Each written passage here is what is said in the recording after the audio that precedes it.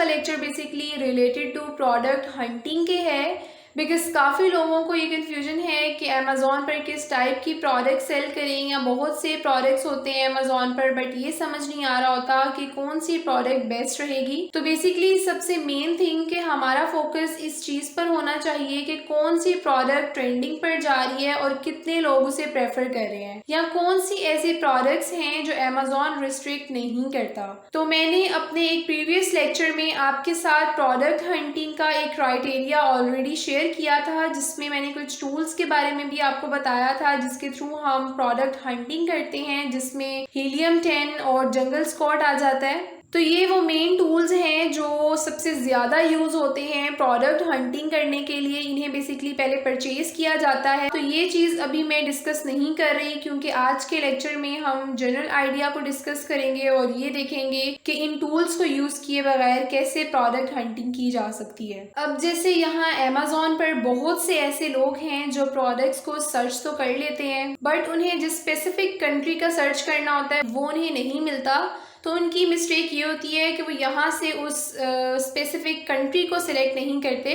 अब जैसे मैं यूके की प्रोडक्ट को सर्च करना चाह रही हूँ कि यूके में कौन सी प्रोडक्ट्स हैं जो ट्रेंडिंग पर जा रही हैं, तो जैसे यहाँ पर पाकिस्तान ऑलरेडी सिलेक्टेड है, तो अमेज़ॉन यहाँ पर मुझे वो प्रोडक्ट शो कर रहा है जो पाकिस्तान में ट्रेंडिंग है या जो पाकिस्तानी बायर्स के लिए। अब जैसे मैं चाहती हूँ कि मुझे यहाँ पर वो प्रोडक्ट शो हो जो यूके के बायर्स को शो होती है, तो उसके लिए मैं क्या करना होता है कि यहाँ पे यूके का जो पोस्टल कोड है वो ऐड करना होता है। तो यहाँ पर हमें कोड ऐड करना होगा जिसे हम पोस्टल कोड कहते हैं, और वो आपको गूगल से इजीली मिल जाएगा। तो सिंपल आपने यहाँ से गूगल पर जाना है और जिप कोड को कॉपी करना है और यहाँ पर लाकर पेस्ट कर देना है।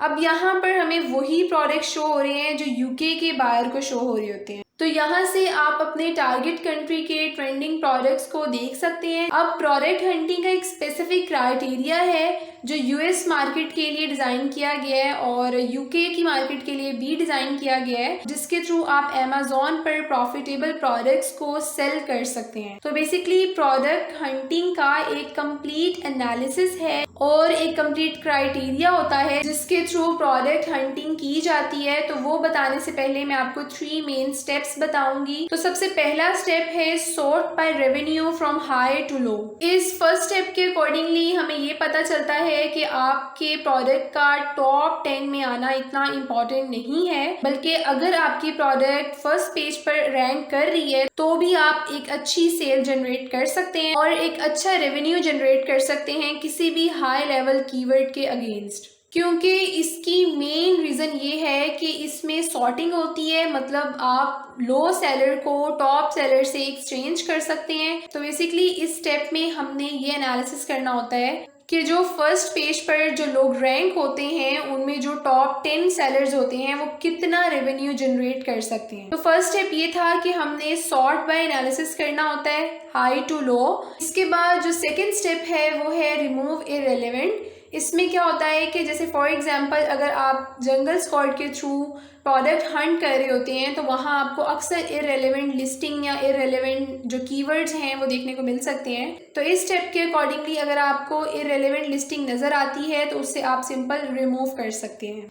इसके बाद जो थर्ड स्टेप है वो है avoid duplication by counting it as seller. इसमें बेसिकली ये होता है कि अगर आपको एक ही सेलर की डिफरेंट वेरिएशन शो हो रही होती हैं तो उसे हम सेपरेटली काउंट नहीं करते, बल्कि हम एक ही बार में वेरिएशन को काउंट कर सकते हैं और एक ही सेलर से compete कर सकते हैं उसकी लिस्टिंग के अकॉर्डिंगली। तो सिंपल आपको डिफरेंट वेरिएशन काउंट करने की ज़रूरत नहीं होती, बल्कि आप एक ही वेरिएशन में अपना काम कर सकते हैं। इसके बाद जो प्रोडक्ट हंटिंग के क्राइटेरिया को अगर हम देखें तो उसमें सबसे पहला जो पॉइंट है उसके अकॉर्डिंगली बाय सेलर जो है वो 50,000 से कम पर रैंक करना चाहिए। इसके बाद जो आपकी मंथली एवरेज सेल है वो कम से कम 200 से 250 तक एटलीस्ट होनी चाहिए, और जो आपके प्रोडक्ट की प्राइस है वो आपने 5% से 25% के दरमियान में सेट करनी होती है, मतलब ना ही आपकी इससे ज़्यादा हो और ना ही कम हो।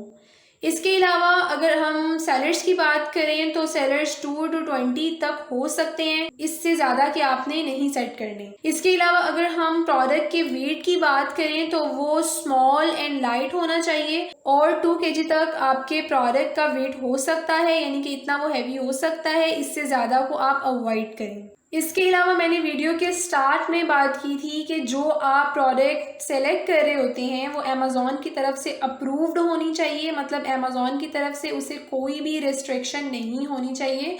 तो सबसे पहले ये मेक श्योर कर लें कि आपकी प्रोडक्ट ऐसी हो कि वो अमेज़ॉन रिस्ट्रिक्ट ना करें।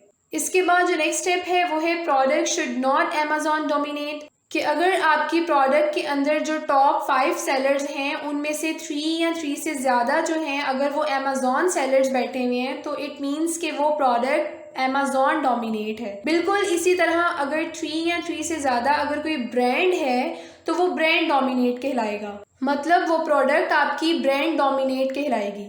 तो ना ही आपकी प्रोडक्ट अमेज़ॉन डोमिनेट होनी चाहिए और ना ही आपकी प्रोडक्ट ब्रांड डोमिनेट होनी चाहिए।